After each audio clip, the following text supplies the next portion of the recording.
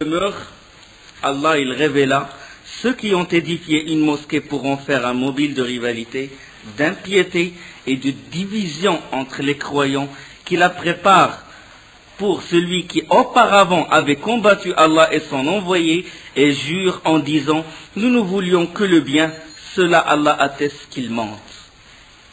Allah les a dévoilés.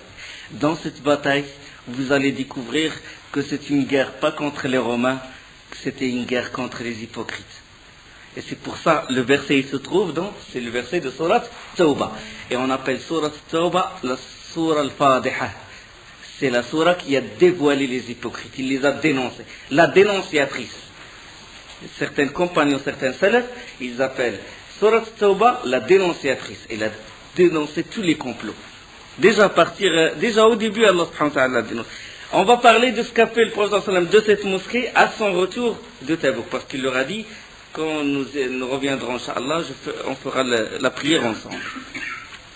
Donc, ajouté à ces deux ennemis, et on était dans une saison généralement chaude, mais cette année-là, l'année 9 de l'Hégire, la sécheresse avait sévi et la chaleur était encore plus étouffante qu'à l'ordinaire. Donc il y avait à ce moment-là, il y avait des fruits qui sont au point d'être cueillis, d'atteindre la maturité. On sait qu'à ce moment-là, les gens ils ont tendance à dormir, à être paresseux, Mais le prophète sallam, il ne voyait pas les choses il voyait les choses sous un autre angle. Les compagnons, les gens, eux, ça y est, personne n'est prêt à combattre à ce moment-là. Ils attendent avec impatience les fruits.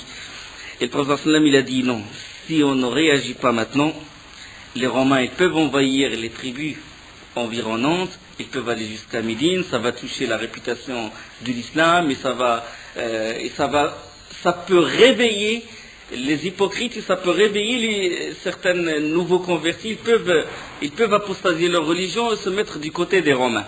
Donc il vaut mieux agir maintenant, puisque maintenant Héracl, il a préparé son armée, nous on doit se préparer maintenant et on fait le départ. Et c'était vraiment un moment propice, parce que la Jahiliya, il est sur le point de s'évanouir. Il vaut mieux ne pas la réveiller de nouveau. Et le prophète sallam, qui d'habitude, quand il prépare une bataille, qu'est-ce qu'il fait? Il fait yuwarri. Ça veut dire, il ne montre ni la destination, ni qui va combattre. C'est l'habitude du prophète sallallahu alayhi wa sallam. On a vu beaucoup d'exemples sur ça. Des fois, il fait un chemin, des fois, il veut combattre une tribu qui se trouve à l'est, il va au nord. Et puis, il vire. À une certaine distance, il vire. D'accord?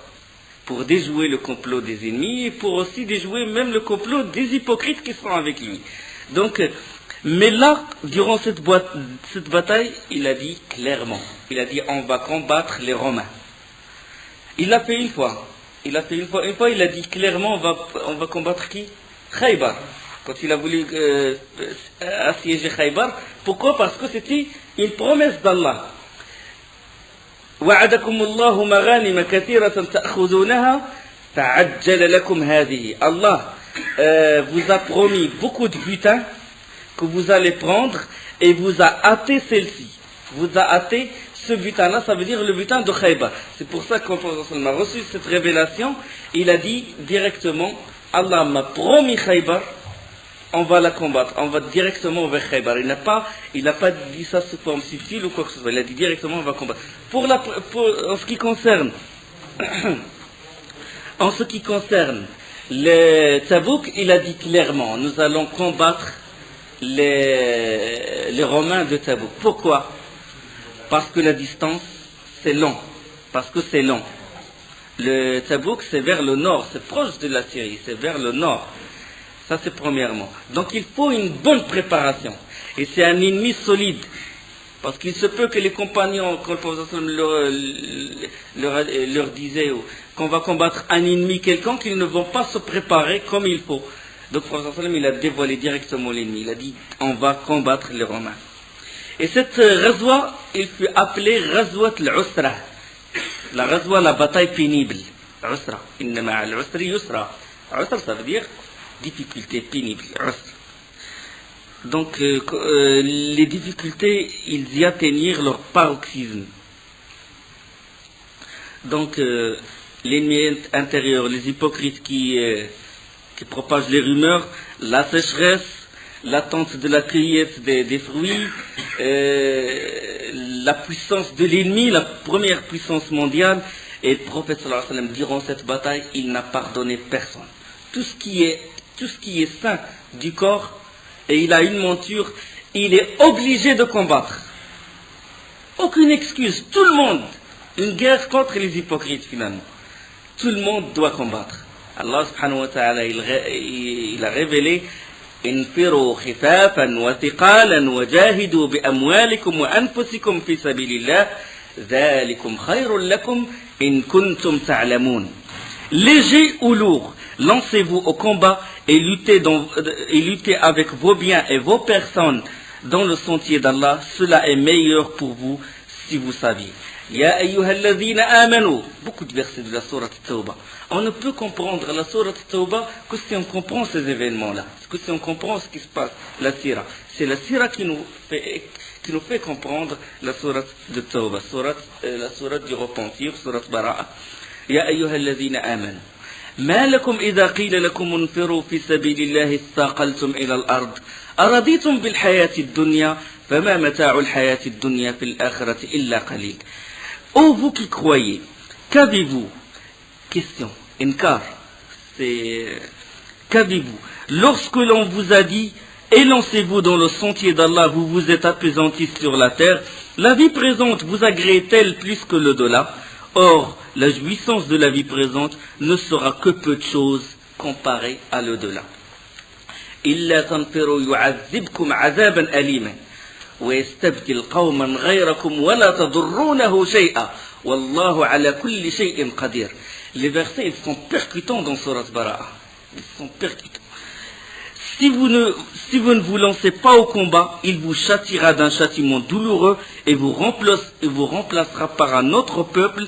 Vous ne lui nuirez en rien et Allah est omnipotent. Allah vous châtiera et changera un autre peuple. Il mettra le peuple qu'il aime et qu'il aime. Subhanahu wa ta'ala. Les hypocrites et certains bédouins vinrent trouver le prophète en invoquant divers prétextes, lui demandèrent la permission de rester chez eux.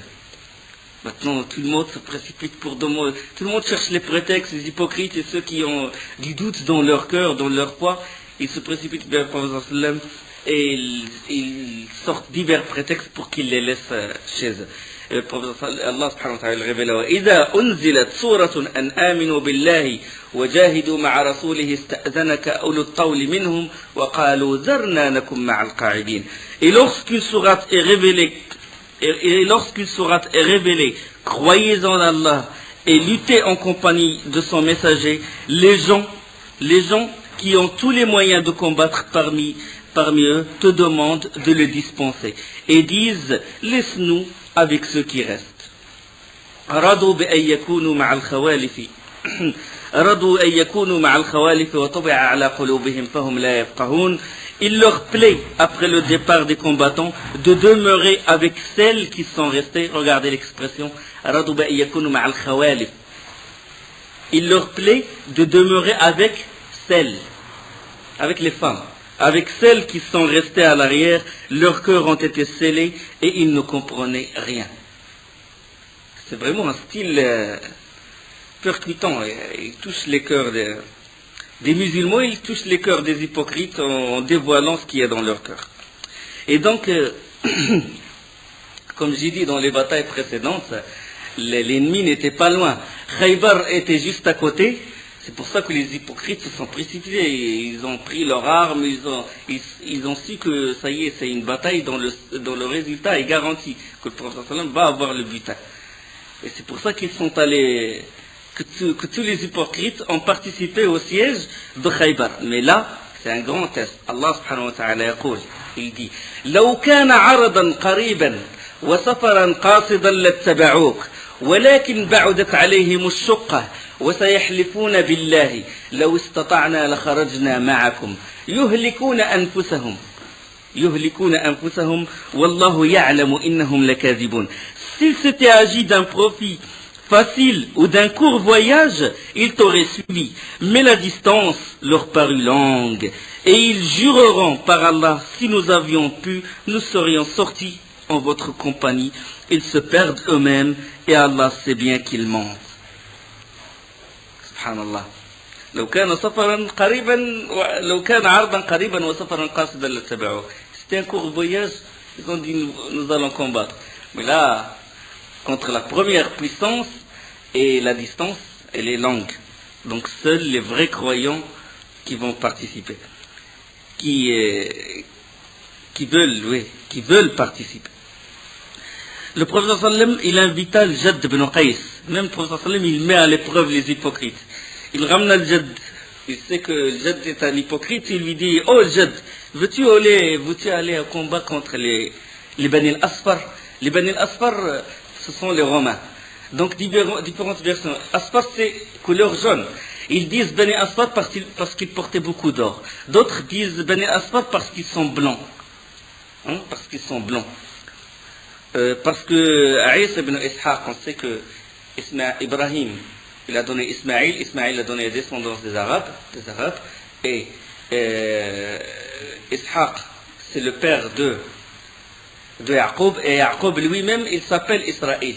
Lui-même, كل الطعام كان حلا لبني إسرائيل إلا ما حرم إسرائيل على نفسه. Toute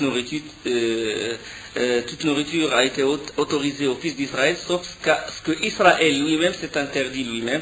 Ça veut dire que Israël c'est Yaqub. D'accord? Israël c'est les fils d'Israël. Allah leur a envoyé Moussa et Isa. Et puis l'un des fils de Ishaq, il s'appelle l'Aïs. Et l'Aïs c'est lui qui a donné les Romains. Et l'Aïs, on dit de lui qu'il est asma, ça veut dire qu'il est blanc. Il est blanc. Quand le prophète sallam a dit à Jadd ibn Qais, est-ce que tu es intéressé, tu veux combattre avec moi les Bani al-Asfar? Il a dit, envoyé d'Allah, il vaut mieux que tu me dispenses. Il a dit, pourquoi? Il a dit, parce que quand je vois les femmes de Bani al-Asfar, je suis tenté, je ne peux pas me retenir. Demande aux gens qui sont à côté de moi et tout. Je ne peux pas, je suis très tenté par ces gens-là, surtout par les femmes de Bani al-Asfar. Elles sont très belles. Et Allah subhanahu wa ta'ala, le prophète a dit, je t'en dispense. Et Allah subhanahu wa ta'ala, il dit, وَمِنْهُمْ مَنْ يَقُولُ أَذَنْ وَلَا تَفْتِنِّي أَلَا فِي الْفِتْنَةِ سَقَطُوا وَإِنَّ جَهَنَّمَ لَمُحِيطَةٌ بِالْكَافِرِينَ. Parmi eux, il en est qui dit, donne-moi la permission de rester et ne me mets pas en tentation. Or, c'est bien dans la tentation qu'ils sont tombés, l'enfer est tout autour des mécréants. C'est quand il est resté qu'il est tombé dans une vraie tentation, dans le feu de l'enfer. Version rapportée par Ibn Ishaq. Et Ibn Ishaq également, il a dit que les Bédouins de la tribu de Rifar et des alentours de Médine, ils vinrent demander aussi l'autorisation de s'absenter de l'expédition. Allah subhanahu wa ta'ala, il ne les excusa pas. Il dit وَجَاءَ الْمُعَذِّرُونَ مِنَ الْأَعْرَابِ لِيُؤْذَنَ لَهُمْ وَقَعَدَ الَّذِينَ كَذَبُوا اللَّهَ وَرَسُولَهُ سَيُصِيبُ الَّذِينَ كَفَرُوا مِنْهُمْ عَذَابٌ أَلِيمٌ. Et parmi les Bédouins, certains sont venus demander d'être dispensés du combat, et ceux qui ont menti à Allah et à son messager sont restés chez eux. Un châtiment douloureux affligera les mécréants d'entre eux. Toujours les versets de Surat Tawbah. Et Allah subhanahu wa ta'ala, il a reproché au prophète sallallahu alayhi wa sallam le fait qu'il les dispense. Il a dit, il faut dispenser personne. C'est une mise à l'épreuve maintenant.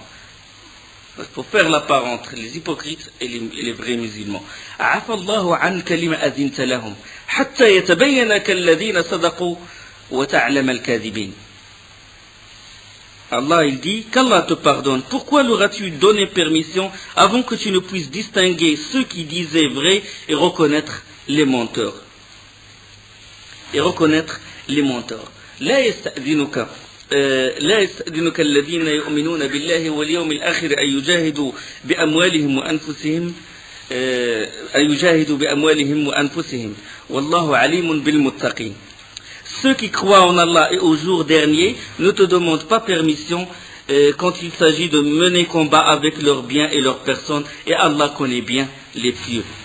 إنما يستأذنك الذين لا يؤمنون بالله واليوم الآخر وارتابت قلوبهم فهم في ريبهم يترددون. Ne te demande permission que ceux qui ne croient pas en Allah et au jour dernier et dont les cœurs sont emplis de doutes, ils ne font qu'hésiter dans leur incertitude. ولو أرادوا الخروج لأعدوا له عدة ولكن كره الله بعاثهم فثبتهم وقيل اقعدوا مع القاعدين. S'ils avaient voulu partir au combat, ils lui auraient fait des préparations, mais leur départ répugna à Allah et il les a rendus paresseux et il leur fut dit restez avec ceux qui restent.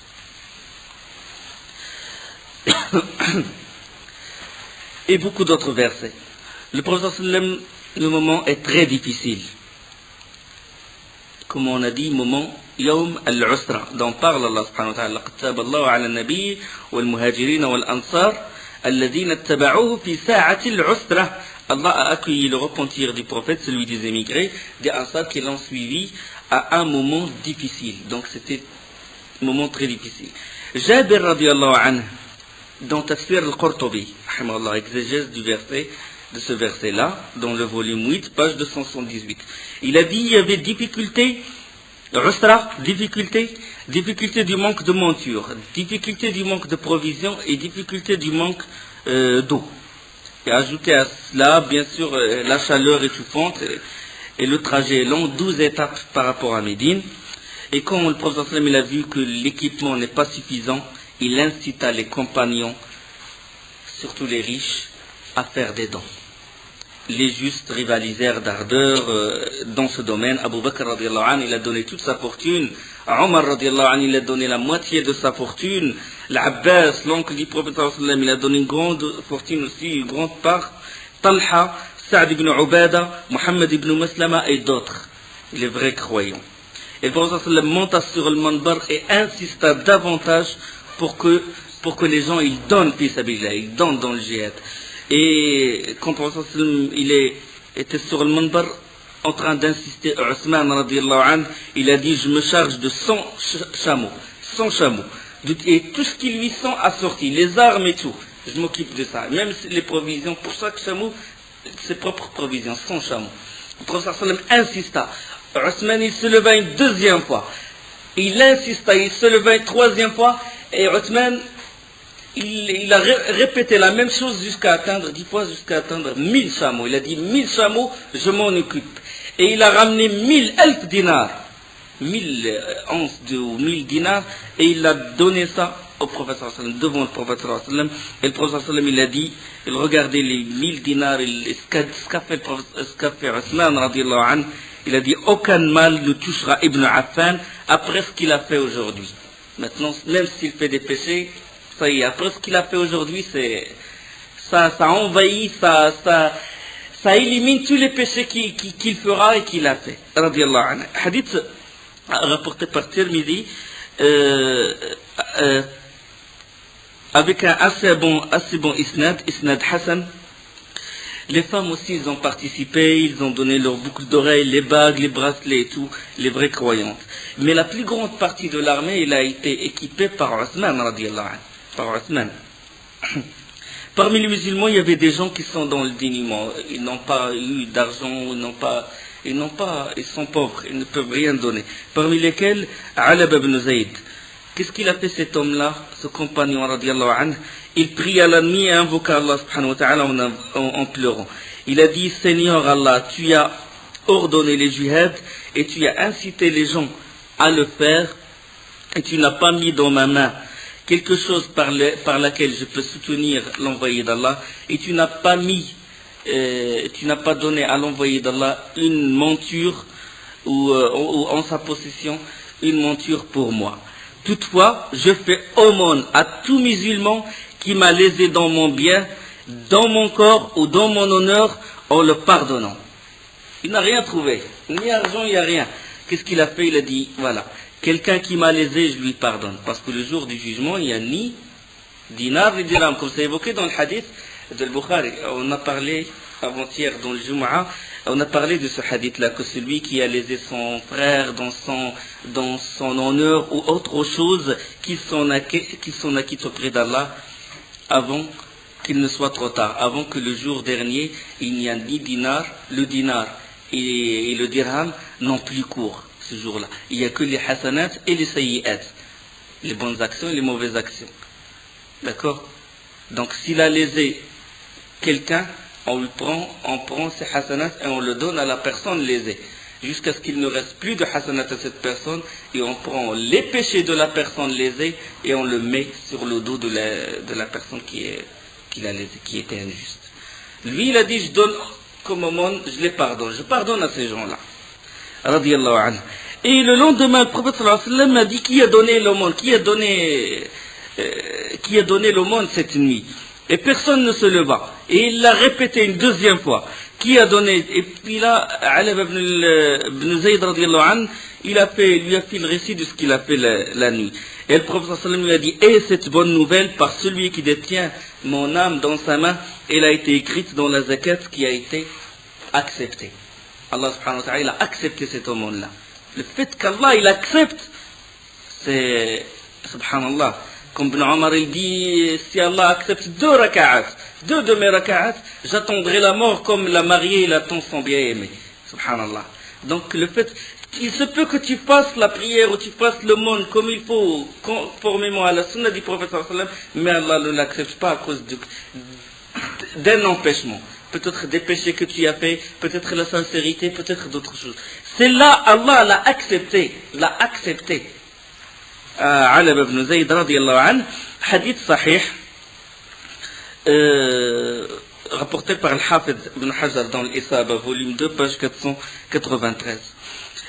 Et les hypocrites, lors de la récolte des dons,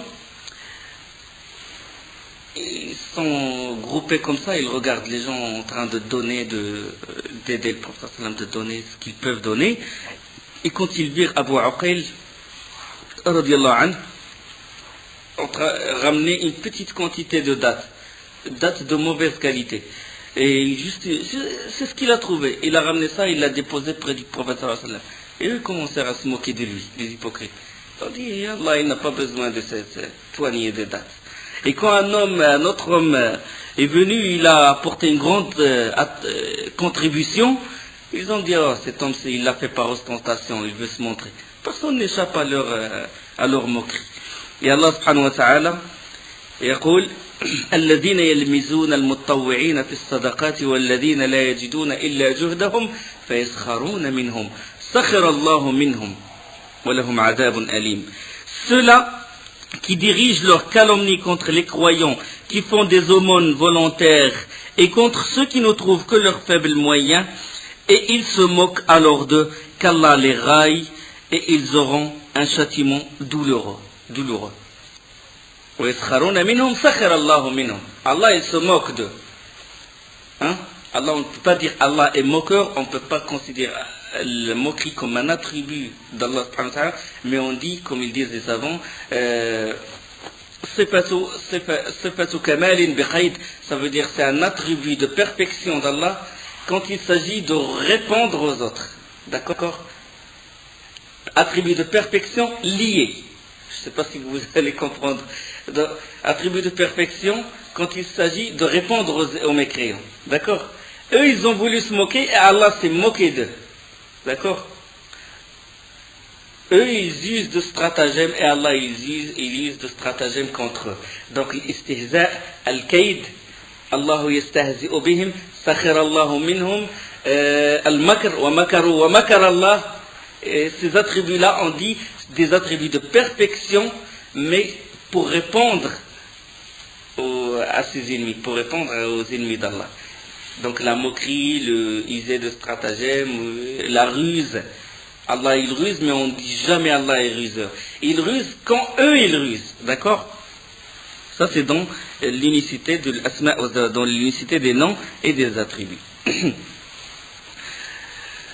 Parmi ces gens, les gens ils ont demandé au professeur sallam de leur dispenser ils n'ont pas voulu participer à la bataille. D'autres retardataires, ils se sont absentés, mais pas par esprit malveillant. C'était par manque de volonté. C'était Shaitan, il leur a joué des tours, et vu les circonstances difficiles, ils sont restés, ils n'ont pas participé. C'était des vrais croyants, parmi lesquels Abu Khaythama, on va en parler, et parmi lesquels Hilal ibn Umayya, Mirarat ibn Rabi' et Ka'b ibn Malik. On va parler de Ka'b ibn Malik, de son histoire. Maintenant, les contingents des autres tribus furent arrivés, et l'armée comptait maintenant 30 000. 30 000 combattants.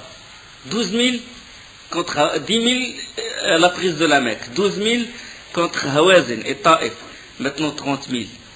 Quand Allah subhanahu wa ta'ala, il fait qu'il y ait quelqu'un qui gouverne avec les lois d'Allah, regarde comment les gens ils rentrent en islam. Quand la loi d'Allah s'est appliquée, quand le Prophète a eu le pouvoir sur cette tribu-là, les gens ils rentrent par grand nombre en islam. 30 000 ont participé avec le Prophète sallallahu alayhi wa sallam. Et il demanda que toute l'armée sallallahu alayhi wa sallam se réunisse à Sunayat al-Wada', un coin de Médine, un coin de la banlieue de Médine. Il s'appelle Sunayat al-Wada'. Et il se fit remplacer par qui? Par Ali radiallahu anhu à Médine. Mais les hypocrites toujours ils propageaient les rumeurs. Ils firent courir le bruit que l'envoyé d'Allah trouvait son gendre pesant et était content d'être débarrassé de sa présence. Ils ont dit, il a laissé à Médine, c'est pour se débarrasser de lui, il le gênait. Et là, quand Ali radiallahu anhu a entendu ceci, il a porté ses armures, il a pris son épée, et il est allé à Saniyat al-Wada'. Et il a parlé au prophète sallam, il a dit, comment tu me laisses avec les femmes et les enfants, les gens ils m'ont dit ça, ils m'ont dit de moi ça. Et le prophète sallam l'a apaisé par ces mots. Il a dit, n'acceptes-tu pas d'être pour moi ce que fut Haroun pour Moussa? N'acceptes-tu pas d'être pour moi ce que fut Haroun pour Moussa? Si ce n'est qu'il n'y a pas de prophète après moi. Hadith rapporté par Al-Bukhari, 4416, Muslim et Ahmed. Donc, il a dit, tu ne veux pas être pour moi ce que fut Haroun pour Moussa. Haroun, qu'est-ce qu'il a fait? Il a remplacé Moussa quand Moussa, alayhi salatu wassalam, quand il est monté au rendez-vous fixé avec Allah subhanahu wa ta'ala, les 40 jours. وَإِذْ وَعَدْنَا مُوسَى 30 لَيْلَةً وَأَتْمَمْنَاهَا ب10 فَتَمَّ مِيقَاتُهُ 40 لَيْلَةً وقال موسى لأخيه هارون اخلفني في قومي وأصلح ولا تتبع سبيل المفسدين. Et nous donnâmes à Moussa un rendez-vous pendant 30 nuits et nous complétâmes par 10 de sorte que le temps fixé par ton Seigneur se termina au bout de 40 jours. Et Moussa dit à Haroun, son frère, remplace-moi auprès de mon peuple et agis en bien et ne suis pas le sentier des corrupteurs. Donc Haroun, il a remplacé Moussa alayhi salam. Mais le prophète sallam, il a ajouté, si ce n'est qu'après moi, il n'y a pas de prophète. D'accord? Parce qu'il y a des sectes qui prétendent qu'il y a des prophètes après les Qadiani, Mirza Ghulam, le Qadian, le Dal, l'égaré. Donc le prophète sallam, il a ajouté dans ce hadith, il n'y a pas de prophète après moi. Pour que les gens ne disent pas de Ali qu'il est le remplaçant du prophète sallallahu alayhi wa sallam. D'accord? Mais malgré ça, ils lui ont attribué la connaissance de l'invisible. Ils ont dit qu'il dirige l'univers avec Allah. Ils se sont prosternés devant lui. Le départ a eu lieu le jeudi. C'est une sunna de faire le départ dans un voyage le jeudi. D'accord? Parce que le prophète sallam, il aime sortir dans une expédition, dans un voyage le jeudi, comme c'est rapporté selon Ka'b ibn Malik, le hadith de Bukhari, numéro de 1950. Près de Saniyat al-Wada' se trouve Abdullah ibn Ubay ibn Saloul, la tête des hypocrites. Il a mis un camp, il a regroupé les gens autour de lui. Il y a le camp où se trouve le prophète sallam, le campement et puis le campement de Abdullah ibn Ubay. Et quand le prophète sallam il chevaucha en tête de l'armée et ont pris le commandement, Ibn Ubay a dit à ceux qui l'entourent qu'il ferait mieux de retourner. Il a dit, il fait très chaud, les fruits sont sur le point d'être cueillis, ce n'est pas un moment convenable. La distance est longue et il vaut mieux qu'on retourne. Et après, il vaut mieux on retourne chez nous. C'est dur et tout, etc. Et Allah subhanahu wa ta'ala révèle à son propos, فرح المخلفون بمقعدهم خلاف رسول الله وكرهوا أن يجاهدوا بأموالهم وأنفسهم في سبيل الله وقالوا لا تنفروا في الحر قل نار جهنم أشد حرا لو كانوا يعلمون.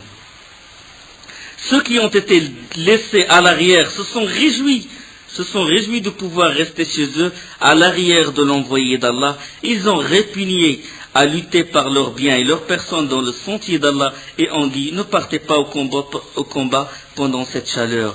Dit le feu de l'enfer est plus intense en chaleur s'ils comprenaient. قل نار جهنم أشد حرا لو كانوا يفقهون. Le trajet, comme j'ai dit, est long. Et les montures et les hommes ont beaucoup souffert. Fadal ibn Ubayd al-Ansari radiyallahu anhu, il raconte que les compagnons se plaignirent auprès du prophète sallallahu alayhi wa sallam que leurs montures restent de dépérir. Tellement la chaleur et le trajet est long. Et le prophète sallallahu alayhi wa sallam, qu'est-ce qu'il a fait? Il les a fait passer par un sentier très étroit.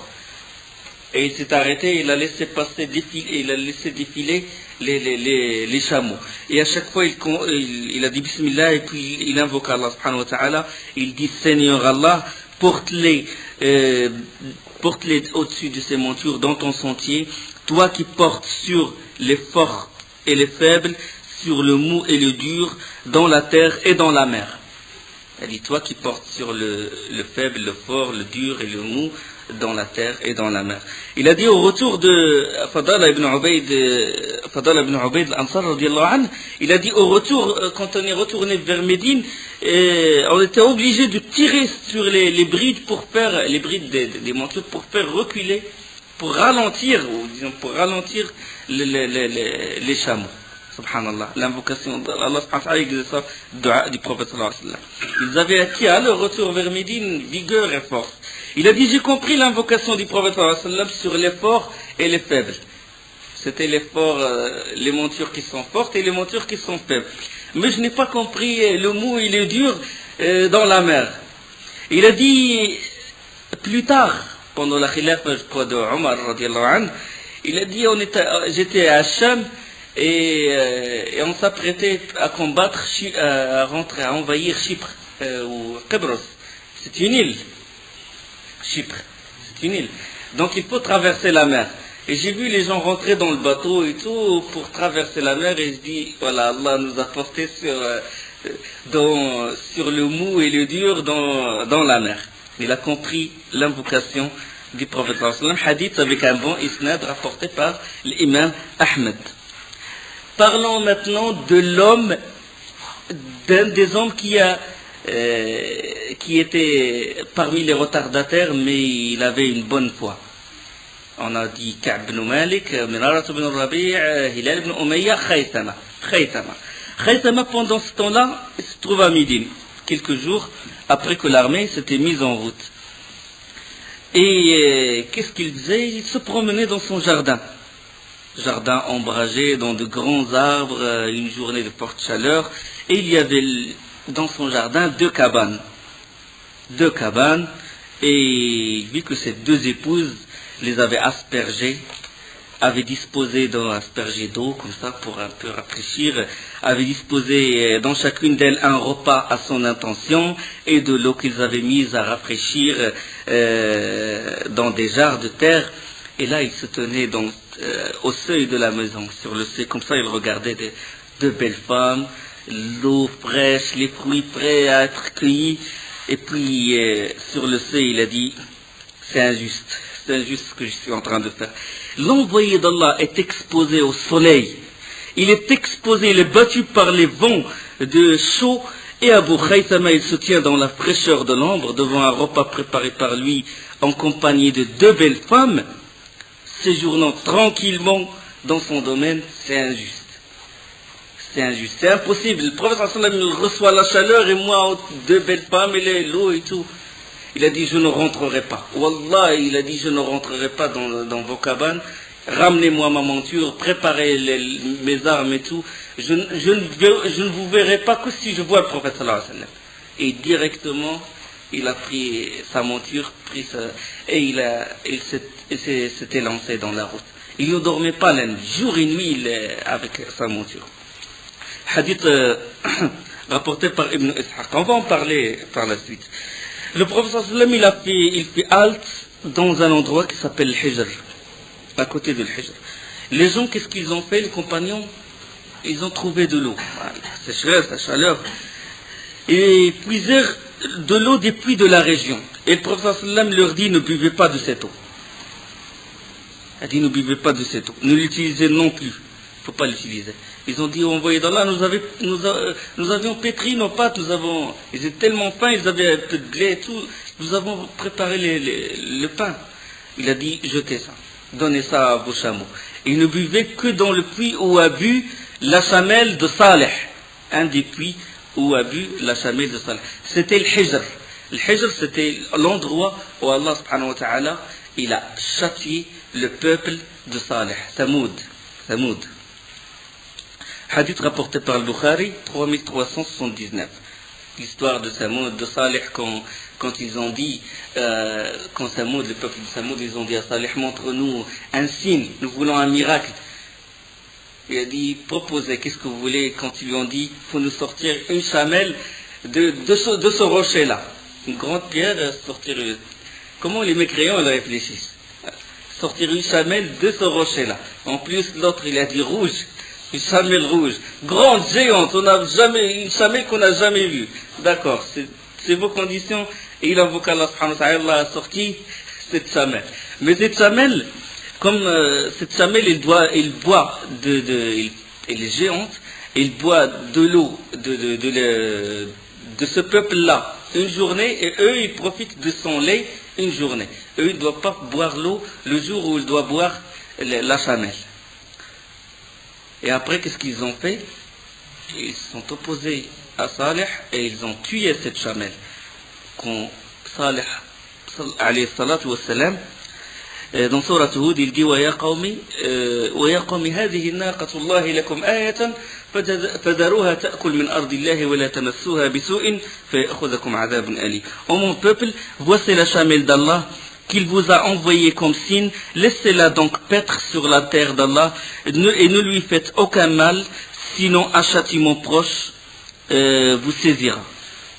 ويا قوم هذه ناقة الله لكم آية فذروها تأكل من أرض الله ولا تمسوها بسوء فيأخذكم عذاب قريب. فعقروها فقال تمتعوا في دياركم 3 أيام ذلك وعد غير مكذوب. Ils la tuèrent, alors il leur dit, jouissez de vos biens dans vos demeures pendant 3 jours, voilà une promesse qui ne sera pas démentie. Le reste, à la fin du verset, Allah subhanahu wa ta'ala les a infligés, c'était un cri, le châtiment c'était une forme de cri, et Allah subhanahu wa ta'ala dit, et le cri saisit les injustes et les voilà foudroyés dans leur demeure. C'est pour ça que le prophète sallallahu alayhi wa sallam n'a pas voulu boire de leur puits. Et il a voulu boire que du puits où vivait la chamelle. Et donc quand il passa à côté du Hijr, il dit n'entrez dans les demeures de ceux qui avaient... Le Hijr c'était les ruines. C'était les ruines. Et le prophète sallallahu alayhi wa sallam a dit n'entrez dans les demeures de ceux qui avaient été injustes qu'en pleurant, par peur de subir le châtiment qu'ils avaient encouru. Il a dit il faut, quand vous passez à côté, ne passez qu'en pleurant pour qu'Allah subhanahu wa ta'ala ne vous châtie pas. Parce que l'endroit, il a une influence sur les gens. L'extérieur, comme on a dit, comme une règle de Ahl-Sunnah wal-Jama'a dans l'iman, que l'extérieur, il influe sur l'intérieur. Comme celui qui s'est repenti, il a tué les 99, et le savant lui a dit, il faut quitter cet endroit, parce que les murs, ils ont l'influence sur cet endroit. Donc il a dit, il faut quand vous traversez, il faut pleurer, il faut montrer votre crainte envers Allah subhanahu wa ta'ala. Et il poussa sallallahu alayhi wa sallam violemment sa chamelle jusqu'à laisser ses demeures derrière lui. Hadith rapporté par le Bukhari, selon Ibn Omar radiallahu anhuma, 3380. Puis le prophète sallallahu alayhi wa sallam, il exhorta les compagnons de ne pas demander des signes Ne pas demander les miracles, ne pas demander ça. Parce que le peuple de Salih, ils l'ont demandé, parmi ces signes c'était la chamelle, et ils buvaient un jour leur eau, toujours la parole du prophète sallallahu alayhi wa sallam. Ils buvaient un jour leur eau, et eux un jour buvaient de son lait. Ils la tuèrent, et Allah les anéantit par un cri. Hadith de Jabir rapporté par Ahmed, l'imam Ahmed. Le prophète sallallahu alayhi wa sallam continuait son avancée vers Tabouk sous un soleil brûlant, et selon le hadith d'Ibn Abbas, Omar radiallahu anhu, il lui racontait qu'on avait tellement soif et dans un état de déshydratation que certains compagnons ont égorgé leur monture et ils ont bu le liquide qui est dans les intestins des chameaux. Jusqu'à quel point ils avaient soif. Et Abu Bakr radiallahu anhu, il partit voir le prophète sallallahu alayhi wa sallam et lui demanda d'invoquer pour eux. Et le prophète sallallahu alayhi wa sallam, il a dit, est-ce que tu désires que j'invoque Allah? Il a dit, oui, envoyé d'Allah, ils ont très, très soif et les montures risquent de dépérir. Et le prophète sallallahu alayhi wa sallam leva les mains et avant de les baisser, un nuage, subhanallah, se forma et se transforma en pluie. Et eux, ils remplirent ils abreuvèrent leurs chameaux, ils remplirent leurs outres et tout. Et Omar radiallahu anhu, il a dit, quand on est sorti du camp, on n'a rien trouvé, il n'y a plus de nuages. Le nuage était juste fixé sur le camp, l'endroit où ils sont. Juste l'endroit où ils sont, subhanallah. L'une des miracles du prophète sallallahu alayhi wa sallam. Hadith rapporté par Al-Bazzar, Tabarani, hadith Hassan par Al-Haythami, par Ibn Kathir, avec un assez bon isnad. Ibn Ishaq, la suite, il rapporte que certains compagnons firent la remarque à un hypocrite. Ils ont dit, es-tu convaincu à présent, maintenant que tu as vu le nuage juste fixé sur le camp? Il a dit non, c'est juste un nuage passager. Rapporté par Ibn Ishaq et Al-Bayhaq. Voilà ça la mécréance. قل انظروا ماذا في السماوات والأرض وما تغني الآيات والنذر عن قوم لا يؤمنون. Allah il dit dans Surat Yunus, regardez ce qui est dans les signes qui se trouvent dans les cieux et la terre. وما تغني الآيات والنذر عن قوم لا يؤمنون. Mais ces signes-là universels et les avertisseurs ne suffisent pas à des gens qui ne croient pas. Personne qui ne croit pas, la mécréance, il a gangréné son cœur, même si tu lui montres les miracles, il ne va pas croire. Les compagnons, comme j'ai dit, n'ont pas pu profiter des fruits de la saison. Ils ont quitté Médine vers Tabouk avec des simples provisions. La pâte qu'ils ont pétrie, les chameaux l'ont mangée. Ils étaient dans un état de faim qui est intense. Ils ont tellement faim qu'ils sont allés voir le prophète sallam pour leur permettre d'égorger leurs chameaux. Et le prophète sallam leur dit, faites-le, égorgez si vraiment la faim vous a... Et là, Omar radiallahu anhu, il intervient, il dit, envoyé d'Allah, si tu le fais, on manquera de monture. Chacun va égorger sa monture, on va à pied avec cette sécheresse, on va manquer de monture. Ramasse ce que nous on possède, les provisions, et invoque Allah, qu'il y ait la bénédiction d'Allah sur ces provisions. Le prophète sallam il a dit d'accord. Et il étale un tapis par terre, et tout le monde a mis ce qu'il a. Juste une petite quantité, des dattes, un peu de pain et tout.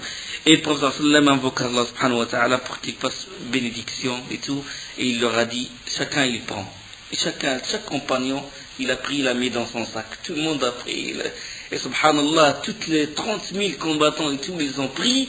Et il restait même sur le tapis une partie de cette nourriture.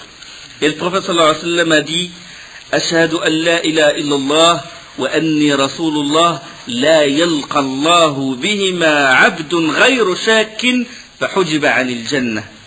Si quelqu'un rencontre Allah avec ces deux attestations, La ilaha illallah Muhammadur Rasulullah, avec conviction, sans doute, ghayru shak, nul ne s'interposera entre lui et le paradis. Donc, ghayru shak, condition de la ilaha illallah. Et il est impossible que tu sois vraiment convaincu et tu ne pries pas.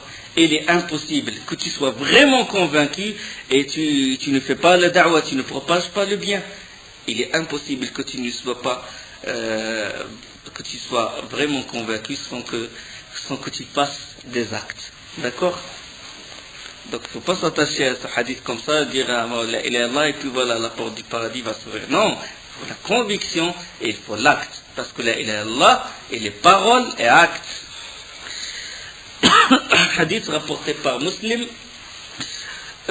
numéro 27 par Ibn Mandah, selon Abu Hurairah radiyallahu anhu.